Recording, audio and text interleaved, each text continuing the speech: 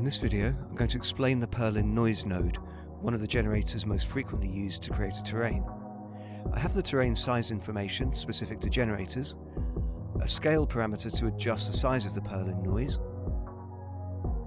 and a height parameter that creates a more or less significant difference between the maximum height and the minimum height of the terrain.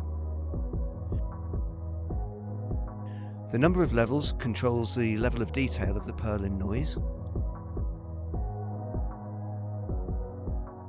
and attenuation influences this level of detail by making it sharper or smoother.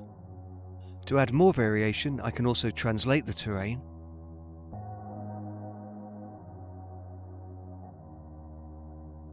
and modify the seed, which affects the results of the mathematical operations of the Perlin noise. And lastly, the rotation parameter varies the terrain angle of rotation.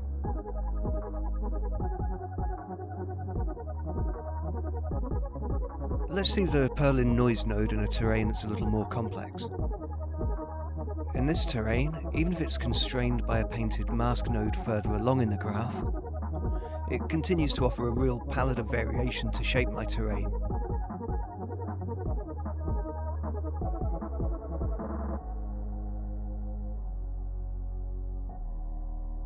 Thank you for watching this video, and see you soon for the next tutorial.